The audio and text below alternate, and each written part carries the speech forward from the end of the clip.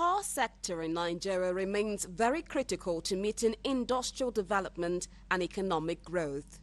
Figures from the United States Energy Information Administration (EIA) appear to corroborate that between 1999 and 2011, the amount of electricity actually generated moved from 15.43 billion kilowatt-hours to 25.69 billion kilowatt-hours, its data shows.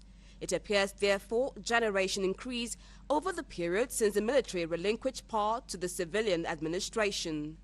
But while more electricity is being generated from the plants that exist, new capacity installation has been slower.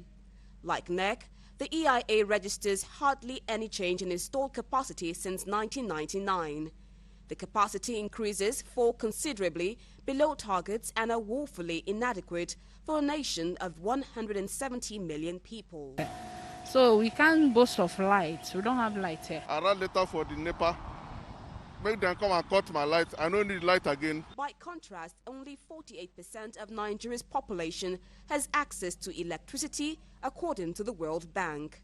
Successive presidents have vowed to increase generation by varying degrees and make blackouts a thing of the past, but that has never happened. So when you look at the old distribution chain, from generation there's a problem.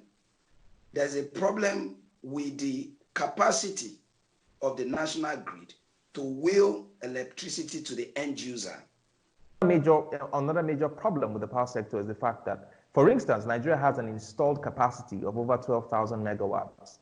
But we have been unable to transmit more than 4,000 to 5,000 megawatts. Essentially, we're wasting about 8,000 of that. So you have a problem with the transition companies, which are still largely owned by government. And that's where you have a real problem, because we are generating what we cannot distribute.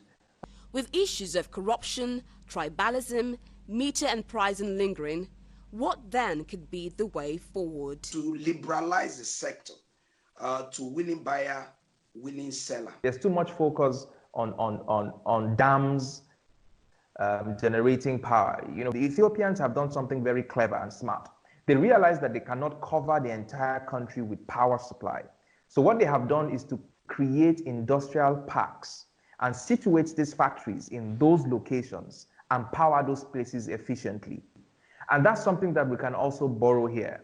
While we appreciate the dividends of democracy so far, our leaders must take time to reflect and forge a prosperous path for the nation.